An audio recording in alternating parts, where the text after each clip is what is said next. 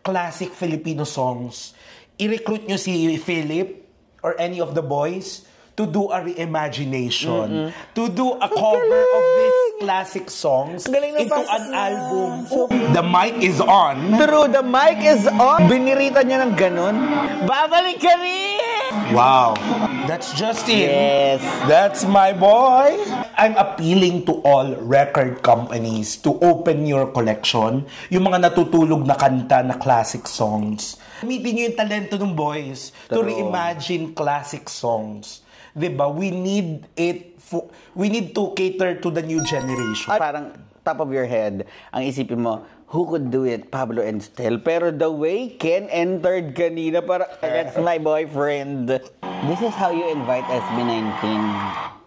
You know, pero alam ko, I understand na sometimes ini-invite ang boys for their song. And they will perform Crimson, for their numbers. Gento, This is how you invite them kasi this is an opportunity to actually collaborate with them. At the same time, it's a mutual opportunity for the both parties na maka-collaborate mo sa song mo and maka-collaborate mo sila in a performance kasi this video clearly shows that they're not just bound to the typical stereotype sa kanila na hip-hop or like pop group or whatnot.